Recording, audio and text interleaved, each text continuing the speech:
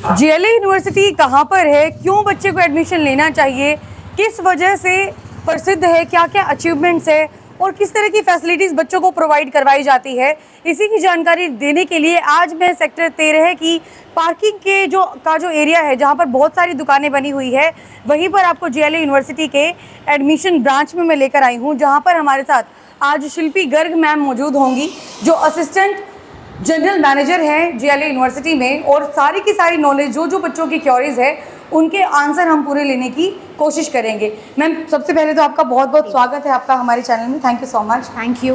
तो मैम, सबसे बड़ा सवाल तो यही है कि जीएलए यूनिवर्सिटी कहाँ पर है, कैंपसेस कहाँ पर हैं इसके? डेफिनेटली जीएलए यूनिवर्सिटी इंडिया में इकलौती ऐसी यूनिवर्सिटी है जिसका एक ही स्टेट में 2 कैंपसेस हैं। आप अक्रॉस इंडिया में देखेंगे ये ग्रांट किसी भी यूनिवर्सिटी को नहीं मिला है कि with the same name they are allowed to have 2 campuses in 1 state. तो हमारे उत्तर प्रदेश में ही 2 कैंपसेस हैं। एक 27 साल पुराना कैंपस है हमारा मथुरा में जी, जो कि एग्जैक्टली मथुरा सिटी में नहीं है। It is in Chaumuha, it's on highway. It is a 125 acres campus, it's a huge campus. तो मैम, एक ही स्टेट में 2 कैंपसेस होना क्यों पॉसिबल हो पाया है? क्या ऐसा आपकी यूनिवर्सिटी में है जिसकी वजह से गवर्नमेंट ने, डीटीसी ने आप लोगों को अलाउ किया? रीज़न एक बहुत बड़ा इसका ये है कि 27 साल पुरानी यूनिवर्सिटी होने के बावजूद भी हमारे जो रिकॉर्ड्स हैं, अगर आप चेक करेंगे, so there has been no negative records.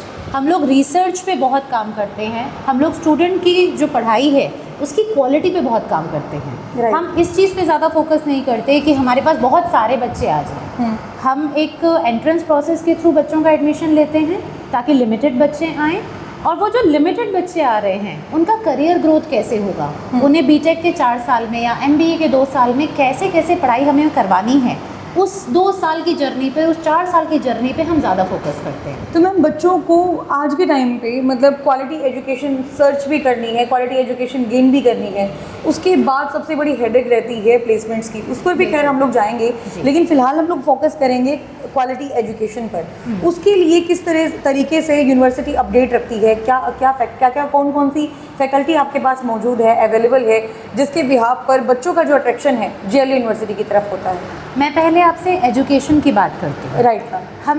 अगर मैं सिर्फ बीटेक की बात करूँ, जो कि हमारा एक बहुत स्ट्रॉन्ग कोर्स है, क्योंकि जब 1998 में हमने स्टार्ट किया था campus, we started with our computer engineering department. Right. तो ये हमारा ओल्डेस्ट डिपार्टमेंट है। तो इतने सालों से जब हम बच्चों को एजुकेशन दे रहे हैं तो हमने भी समझा कि मार्केट में क्या क्या रिक्वायरमेंट हैं। जब बच्चों को हम प्लेस करते हैं तो जो कंपनीज के रिमार्क्स हैं हम उनको लाइटली नहीं लेते, हम उस पर वर्क करते हैं। राइट। तो जब कंपनीज हमें बता रही हैं कि आज अगर 2025 में बच्चा एडमिशन ले रहा है और 2029 में पास आउट होगा, तब हमें बच्चे से ये रिक्वायरमेंट है, तो हमारा सिलेबस 2029 के हिसाब से वर्क करता है, 2025 के हिसाब से वर्क नहीं करता। उसके लिए हम एक पूरी टीम बिठाते हैं, हमारे जो डीन हैं डिपार्टमेंट के, विद द इंडस्ट्री एक्सपर्ट्स, जैसे फॉर एग्जांपल माइक्रोसॉफ्ट है या अमेज़ॉन है, या जिन भी कंपनीज़ के साथ हमारे अच्छे टाई-अप्स हैं, उनके साथ हमारी पूरी टीम बैठती है, उनकी रिक्वायरमेंट अंडरस्टैंड करती है, और हर 6 महीने में हम अपना करिकुलम अपडेट करते हैं, जो कि मैं आपको गारंटी देती हूँ पूरी इंडिया में कोई ऐसी यूनिवर्सिटी नहीं है जो हर 6 महीने में करिकुलम अपडेट करे। क्योंकि अगर करिकुलम हर 6 महीने में अपडेट होता है तो उसके अकॉर्डिंग फैकल्टीज़ भी चाहिए, उसके अकॉर्डिंग इंफ्रास्ट्रक्चर भी चाहिए। So we have all these facilities inside our campus. Very nice ma'am. तो अब हम लोग बात कर लेते हैं बच्चे के हॉस्टल फैसिलिटी की। तो क्या यूनिवर्सिटी में हॉस्टल फैसिलिटी भी है? जी। और क्वालिटी फूड की भी मैं बात करूंगी, जस्ट बिकॉज आपने बहुत अच्छी बात की, क्योंकि क्वालिटी फूड में हम रहना बहुत ज़रूरी है, क्योंकि बच्चे मेनली फोकस करते हैं कि खाना अच्छा नहीं बन पाता। जी। ठीक है। और बहुत सारी यूनिवर्सिटीज़ तो ऐसी है जिसमें देसी घी का खाना बनाया जाता है। तो आपके जीएलए में सारी फैसिलिटीज़ हैं बच्चों के लिए? हम अपनी तरफ से पूरी कोशिश करते हैं कि हम सारी फैसिलिटीज़ दें। तो जैसे कि मैं बता रही हूँ कि 125 एकर्स का कैंपस है, तो कैंपस के अंदर ही 19 हॉस्टल बिल्डिंग्स हैं। ओके। जिसमें से कुछ बॉयज़ की हैं और कुछ गर्ल्स की हैं। So the entire campus is designed in such a way कि एक एक्सट्रीम कॉर्नर गर्ल्स हॉस्टल का है और एक एक्सट्रीम कॉर्नर बॉयज़ हॉस्टल का है, और बीच में पूरे कैंपस के ब्लॉक्स हैं। तो वो गर्ल्स सेफ्टी का भी पूरा ध्यान हम वहाँ रखते हैं। बिल्कुल। जहाँ पर हमारे बच्चे रह रहे हैं वहीं पर जीएलए के मैनेजमेंट के भी लोग रहते हैं। Okay. हमारे वाइस चांसलर सर भी कैंपस के अंदर ही रहते हैं और बहुत सारे फैकल्टीज़ हैं, आप जो देखेंगे वो अपनी फैमिलीज़ के साथ कैंपस के अंदर रह रहे हैं। अच्छा, तो जब इतने सारे मैनेजमेंट के लोग कैंपस में रहते हैं ना, तो क्वालिटी एश्योरेंस अपने आप हो जाता है Exactly, कि very फूड true. कैसा होगा या रहन सहन की फैसिलिटी, वाईफाई कनेक्टिविटी, सिक्योरिटी कैसी होगी। So all these things has been measured very very carefully. मैं ये कह सकती हूँ कि यूनिवर्सिटी में सीसीटीवी कैमरास भी हर तरफ लगवाए गए हैं। बिल्कुल हर तरफ है, और अगर कोई बच्चा बाहर जाना चाहता है किसी भी काम से, तो it's a two way security process. Right. पहले तो हॉस्टल में उसका पूरा चेक होगा, क्यों जा रहा है, गेट पास वगैरह। फिर उसके बाद उनके पेरेंट्स से क्रॉस चेक किया जाएगा कि आपका बच्चा बाहर जाना चाहता है, वो हमें ये रीज़न दे रहा है। फिर उसके बाद जो मेन गेट है कैंपस का, वहाँ पे फिर उनका सिक्योरिटी चेक होगा। ओके, तो इसीलिए बच्चों का बाहर जाना पहले इजी नहीं है, और अगर जा भी रहे हैं तो वो किस टाइम जा रहे हैं, किस टाइम आ रहे हैं, क्या रीज़न दिया है जाने का, बच्चे का GLA का जो एक रजिस्ट्रेशन ID होता है वो पूरा रिकॉर्ड वो पेरेंट्स के साथ भी शेयर किया जाता है। ये तो बहुत अच्छी बात बताई मैम आपने। तो मतलब पेरेंट्स एक तरह से बिल्कुल निश्चिंत होके आपकी यूनिवर्सिटी में एडमिशन दिलवा सकते हैं। बिल्कुल, इनफैक्ट जब बच्चा यहाँ पर एडमिशन लेता है तो एक ID पासवर्ड जनरेट करके हम पेरेंट्स को भी शेयर करते हैं, so they can keep all the track कि बच्चा कब क्लास ले रहा है, कब Okay. वो एब्सेंट है, वो हॉस्टल में है या हॉस्टल से बाहर गया है, एग्ज़ाम कब है, क्या रिजल्ट है, क्या प्रोग्रेस है, everything is there on that portal and parents can take a review on that. Very nice ma'am. जी। तो अब हम लोग कोर्सेज की भी बात करते हैं कि कोर्सेज कौन कौन से आपके पास हैं मैम इस यूनिवर्सिटी में? I can proudly say that GLA offers 100+ courses at Okay. our Mathura campus. Yes. और इन 100+ कोर्सेज़ में हमने बहुत सारे डोमेन्स कवर करने की कोशिश की है। कंप्यूटर इंजीनियरिंग की तो मैंने आपको बात बताई ही है, then we have civil engineering, we have mechanical, we have electronics, we have electrical engineering. Apart from engineering की अगर मैं बात करूँ तो we have a management department जिसमें हमने BBA MBA कोर्सेज़ कवर किए हैं, जिसमें एक हमने सेकेंड ऑन कर लिया। हाँ, शी इज़ वेरी क्विक।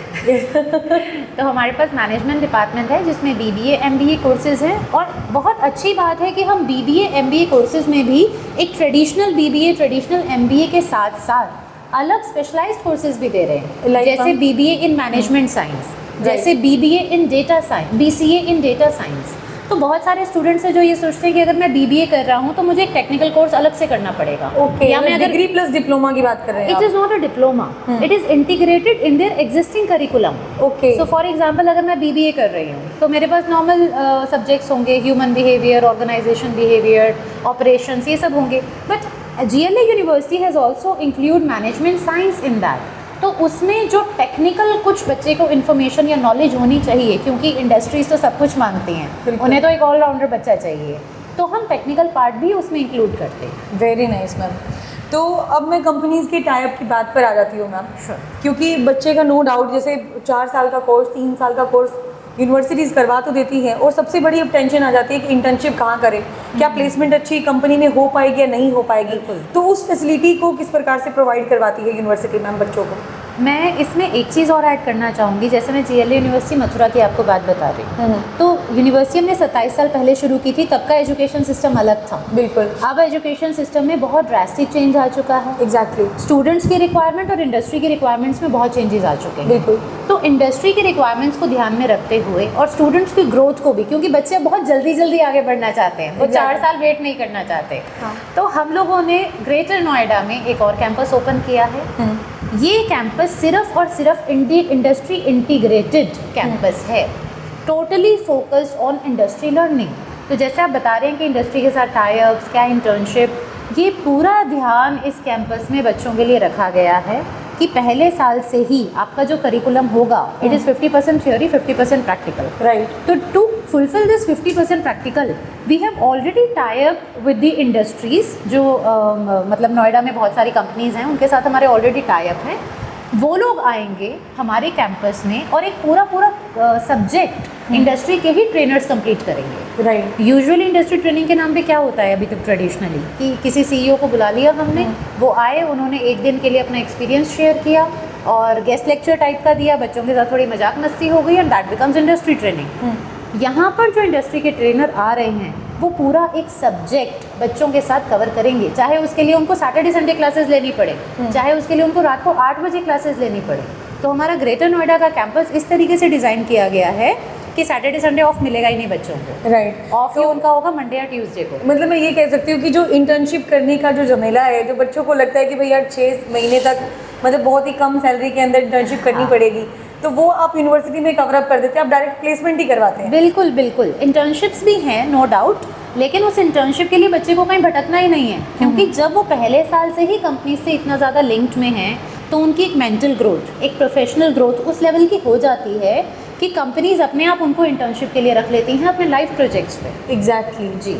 तो मैम कंपनीज की मैं बात करूँ तो ये नेशनली टाइप रहता है या फिर इंटरनेशनली टाइप भी है आप लोगों का? हमारा टाइप है तो इंडिया में ही जी। But we have most of our types with multinational companies. Right. तो ये जो मल्टीनेशनल कंपनीज का थीम होता है इंटर्नशिप या प्लेसमेंट्स का, वो यही होता है कि शुरू के 6 महीने या 1 साल वो उनको इंडियन प्रोजेक्ट पे रखकर ये देखते हैं कि बच्चे की परफॉर्मेंस कैसी है। जैसे ही वो देखते हैं कि बच्चे की परफॉर्मेंस अच्छी है, they immediately send them to a foreign project. Right. जैसे कि हमारे एग्जिस्टिंग भी बहुत सारे स्टूडेंट्स के साथ ऐसा हुआ है कि फर्स्ट उनकी जॉब लगी माइक्रोसॉफ्ट में या अमेजोन में या कैपजेमिनाई में, इनसिग्निया में उनकी फर्स्ट जॉब लगी है, और विद इन 1 ईयर जैसे फर्स्ट पैकेज लगा 18 लाख का, 30 लाख का, 40 लाख का, with in 1 year they got a promotion of 60 lakh okay. Immediately with the same company, क्योंकि उनको एक फॉरेन प्रोजेक्ट पे रख दिया गया, सीइंग देयर परफॉर्मेंस। एग्जैक्टली। जी। तो मैम आपकी यूनिवर्सिटी को भी थोड़े दिन पहले रिकग्नाइजेशन भी मिला है गवर्नमेंट की तरफ से, तो कितने रिकग्निशन आपकी यूनिवर्सिटी को ऑलरेडी मिल चुके हैं? क्योंकि ये भी बहुत इंपॉर्टेंट है, क्योंकि देखिए तभी मिलता है रिकग्निशन तब बच्चों को क्वालिटी एजुकेशन मिले, हाँ। प्लेसमेंट्स अच्छी हों, बिल्कुल। फैसिलिटीज़ अच्छी हों। बिल्कुल। तो उसके बारे में आप क्या बताना चाहेंगे जितने पेरेंट्स हमारे साथ जुड़े हुए हैं? आप अगर नैक के बारे में जानते हैं तो नैक A+ या नैक एक ऐसा अक्रेडिएशन है जो यूनिवर्सिटीज़ को सिर्फ क्वालिटी एश्योरेंस के लिए Exactly, मिलता हाँ। है। तो नैक का हमारे पास A+ का अक्रेडिएशन है, जिसमें भी ना पॉइंट्स होते हैं कि आपको 3 पॉइंट से A+ मिला है या 3.5 से मिला है।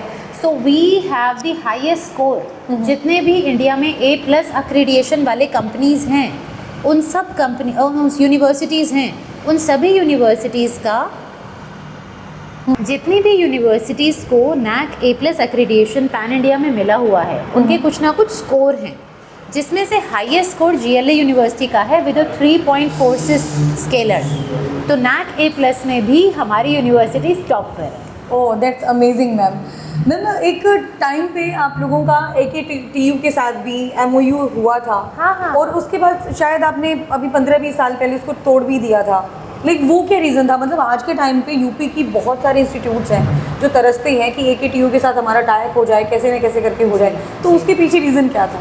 उसके पीछे रीज़न फिर मैं वहीं से शुरू करूंगी कि 1998 में जब हमने स्टार्ट किया था तो we started with traditional education. Right. और क्योंकि न्यू इंस्टीट्यूट था तो हमें कुछ ना कुछ अफिलिएशन चाहिए था, तो तब हमने UPTU के साथ अपना अफिलिएशन लिया था, जो कि 2008 तक तो कंटिन्यू रहा। जी। बट जिस एक्चुअल थीम पर हमने ये यूनिवर्सिटी स्टार्ट की थी कि बच्चों को वर्ल्ड क्लास एजुकेशन मिलनी चाहिए, इंडस्ट्री एक्सपोजर मिलना चाहिए, मुझे नहीं बोलना चाहिए बट हम UPT के अंडर रह के हम वो कर नहीं पा रहे थे, क्योंकि उनका एक सेट करिकुलम है। जैसा कि मैंने बताया कि हम हर 6 महीने में करिकुलम अपडेट करते हैं, UPTU के साथ रहकर वो पॉसिबल नहीं कर पाते। जी। एग्जैक्टली। सो 2008 में when we turn into a university, तब से हमारी एक नई जर्नी शुरू हुई है, और हम एक फुल फ्लेज यूनिवर्सिटी के तौर पर हमारे पास ये अथॉरिटी है कि हम जब चाहें अपना करिकुलम इंडस्ट्रीज़ के हिसाब से अपडेट कर सकते हैं। अगर हम चाहें तो हम बच्चे को फर्स्ट ईयर से ही ट्रेनिंग या सेकंड ईयर से ही इंटर्नशिप दे सकते हैं, जो कि आज के डेट में हमारे बच्चों को मिलती भी है। एग्जैक्टली। जी। तो मैम देखिए, अब जैसे 12th करके बच्चा जब आता है, जैसे बच्चे ने अगर नॉन मेडिकल किए तो बच्चे का माइंड सेट है कि मुझे BTech करनी चाहिए, BTech के बाद MTech करनी चाहिए।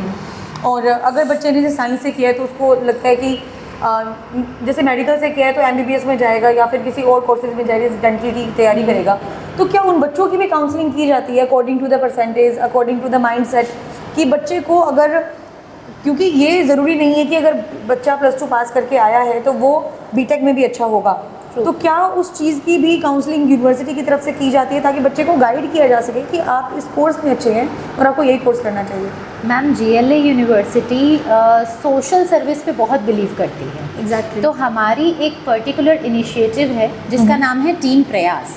टीम प्रयास के under 55 counselling offices pan India में हैं हमारे। जैसे कि अभी आप हिसार ऑफिस में हैं, ये भी टीम प्रयास का ही एक इनिशिएटिव है जी। तो हमारे 55 ऑफिसेस पैन इंडिया में हैं और वहाँ पर सभी एक्सपर्ट काउंसलर्स हैं। राइट। तो ये काउंसलर्स ये इंश्योर करते हैं कि जब बच्चा या पेरेंट हमारे ऑफिस में आ रहा है वो डेफिनेटली कंफ्यूज्ड है, उसे 12th तक का पता है, उसके आगे का नहीं पता, क्योंकि हर कोई अपने अपने बारे में इंफॉर्मेशन देता है। यहाँ पर हम इंश्योर करते हैं कि हम पहले बच्चे की बेसिक काउंसलिंग करते हैं Exactly. कि आपकी क्या एलिजिबिलिटीज़ हैं, आपकी क्या रिक्वायरमेंट हैं, आप किन चीज़ों में अच्छे हैं, क्या आपकी वीकनेस है, कौन से कोर्सेज करने से आपके अच्छी ग्रोथ होगी, अच्छे पैकेजेस लगेंगे। तो पहले हम वो एक 360 डिग्री काउंसलिंग बच्चे की करते हैं, हैंड होल्डिंग करते हैं। जब वहाँ से हमें समझ आता है कि हाँ वो बच्चा GLA में भी अगर आए तो उसका करियर बहुत अच्छा होगा, वहाँ से फिर हम GLA के बारे में बताते हैं। जी। वरना पहले हमारा प्राइम मोटिव होता है एक बच्चे को सही करियर की दिशा दिखाना। एग्जैक्टली तो इसके साथ ही कुछ और मतलब अब देखिए यूनिवर्सिटी से आप लिंक्ड हैं जी। और असिस्टेंट जनरल मैनेजर की आप पोस्ट पर हैं, तो बहुत सारे पेरेंट्स अपने सवाल लेकर भी आते होंगे। तो जितने भी लोग हमारे साथ अभी जुड़े हुए हैं उन लोगों के मन में कुछ ना कुछ कन्फ्यूज़न अपने बच्चों के फ्यूचर को लेकर चल रहा होगा, तो उनके माइंडसेट को आप चेंज करने के लिए, GLA की तरफ कन्वर्ट करने के लिए क्या कहना चाहेंगे? क्यों अपनी आपकी यूनिवर्सिटी अदर यूनिवर्सिटीज़ से डिफरेंस है? बच्चों का एडमिशन आपकी यूनिवर्सिटी में क्यों करवाना चाहिए? सबसे बड़ा पेरेंट्स का सवाल रहता है, तो उन्हें आप क्या कहना चाहेंगे? सबसे इम्पॉर्टेंट चीज़ जो मैं स्टूडेंट्स को, पेरेंट्स को बाहर कहना चाहूँगी वो ये कि उन्हें सबसे पहले तो ये अंडरस्टैंड करना चाहिए कि हम बच्चे को किसी भी पर्टिकुलर कोर्स के लिए फोर्स ना करें। एग्जैक्टली। ठीक है, क्योंकि ये बहुत मैंने भी देखा है कि पेरेंट्स तो फोर्स करते हैं कि आप बीटेक करो या आप कोई पर्टिकुलर कोर्स करो, लेकिन बच्चा एक्चुअल में कुछ और करना चाहता है। या वो कहते हैं बीटेक CS करो, लेकिन बच्चा एक्चुअली बीटेक मैकेनिकल करना चाहता है। तो पहले तो पेरेंट्स को बच्चे को अंडरस्टैंड करना चाहिए। सेकेंडली, जब ये वाली जंग हमारी ख़त्म हो जाती है कि करना क्या है, वहाँ से शुरू होती है कि कौन सी यूनिवर्सिटी से करना है। एग्जैक्टली। तो यूनिवर्सिटी सिलेक्शन के कुछ क्राइटेरियाज होते हैं। एक कि आपको जो यूनिवर्सिटी है वो उस 3 साल या 4 साल की जर्नी में आपको दे क्या रही है। कोई भी स्टूडेंट ग्रेजुएशन दोबारा नहीं करता, वो 3 साल या 4 साल आपकी लाइफ टाइम इन्वेस्टमेंट होती है। बिल्कुल। तो वो 3 साल और 4 साल की जर्नी में आपको क्या मिल रहा है, यूनिवर्सिटी क्या growth as a human, as a professional, as a subject आपको क्या ग्रोथ मिल रही है, यूनिवर्सिटी के कितने अच्छे इंडस्ट्री लिंक्स हैं, ये सब चीज़ें पेरेंट्स को अपने माइंड में रखनी चाहिए। इसके अलावा एक बहुत अच्छा पॉइंट है GLA यूनिवर्सिटी का, जो मुझे भी पर्सनली बहुत पसंद है GLA के बारे में, कि हम बच्चे को उस 3 साल 4 साल में छोड़ नहीं देते। उस दौरान अगर कोई बच्चा, जैसे बीटेक का ही बच्चा है, आगे MTech करेगा, तो बच्चे की कोशिश ये रहती है कि मैं पहले गवर्नमेंट इंस्टीट्यूट में अप्लाई करूँ या मैं गवर्नमेंट जॉब्स के लिए अप्लाई करूँ। तो उसके लिए एक एग्ज़ाम होता है गेट का एग्ज़ाम। गेट के एग्ज़ाम की तैयारी GLA यूनिवर्सिटी कैंपस के अंदर ही खुद बच्चे को फ्री ऑफ कॉस्ट करवाता है। Oh my God. उसके लिए बच्चे को अलग से कुछ पे करने की ज़रूरत ही नहीं है। तो फीस पैटर्न क्या रहता है मैम यूनिवर्सिटी का? तो आई थिंक कम ही होगा, क्योंकि अगर गेट की तैयारी फ्री करवा रहे हैं तो मैं उससे अंदाज़ा लगा पा रही हूँ। मैं जितनी फैसिलिटीज़ GLA यूनिवर्सिटी बच्चे को दे रहा है, हाँ। उसके अकॉर्डिंग तो मैं आपको सही बताऊं तो 4-5 लाख रुपए फीस भी कम है हमारी, लेकिन हमारी जो एक्चुअल फ़ीस है वो सिर्फ 2 लाख रुपीज़ पर ईयर है, और बाकी कुछ कोर्सेज़ की थोड़ी 2,35,000 इस तरीके से अलग अलग है। बट एंड इसमें भी हम बहुत अच्छी स्कॉलरशिप्स दे रहे हैं बच्चे को। हम तो हर तरीके से स्टूडेंट के फेवर में हैं। अगर कोई स्टूडेंट 12th में 80% अबव लाता है, 90% अबव लाता है, तो उसके अकॉर्डिंग अलग अलग स्कॉलरशिप्स हैं। JEE में अगर 80% अबव उसकी परसेंटाइल है तो उसके लिए अलग अलग स्कॉलरशिप है। यहाँ तक कि हमारी अचीवमेंट ये है कि हम 90% तक की स्कॉलरशिप बच्चे को देते हैं, which is almost free for the student. तो मुझे नहीं लगता है कि अगर कोई स्टूडेंट एक्चुअल क्वालिटी एजुकेशन देख रहा है और बहुत ही जेन्युइन कॉस्ट में देख रहा है, तो GLA यूनिवर्सिटी उसकी फ़र्स्ट चॉइस होनी ही चाहिए। बिल्कुल। Thank you so much for your timing ma'am. Thank you so much for coming in Hisar. और बहुत अच्छा लगा आपसे बात करके। बहुत सारे डाउट्स से पेरेंट्स के भी, बच्चों के भी, आई होप कि वो क्लियर हो गए होंगे। बिल्कुल, मुझे भी बहुत अच्छा लगा आपसे, और कभी भी आपको लगे और क्वेरीज है, you can definitely connect with my team at Hisar. Sure ma'am. Thank you so much ma'am. Thank you. तो मैम हमारे साथ मौजूद थे जिन्होंने पूरी की पूरी इन्फॉर्मेशन GLA यूनिवर्सिटी के बारे में आप लोगों तक पहुंचाने की पूरी कोशिश की है इस इंटरव्यू के माध्यम से। इसके साथ ही आपके मन में कोई भी डाउट है, कोई भी क्योरी है, हो सके तो आप सेक्टर 13 के इनके ऑफिस में भी आप विजिट कर सकते हैं। अगर आप विजिट नहीं कर सकते तो मैं इनका नंबर भी आप लोगों के साथ शेयर कर दूंगी, ताकि इस नंबर पर कॉन्टैक्ट करने के बाद कोई भी क्वेरी, कोई भी डाउट है वो आप क्लियर कर सकते हैं। बाकी इंटरव्यू आपको कैसा लगा ये ज़रूर बताइएगा। जुड़े रहे हमारे चैनल के साथ। मैं सौम्या माथुर आप सभी दर्शकों से लेती हुई इजाज़त। नमस्कार।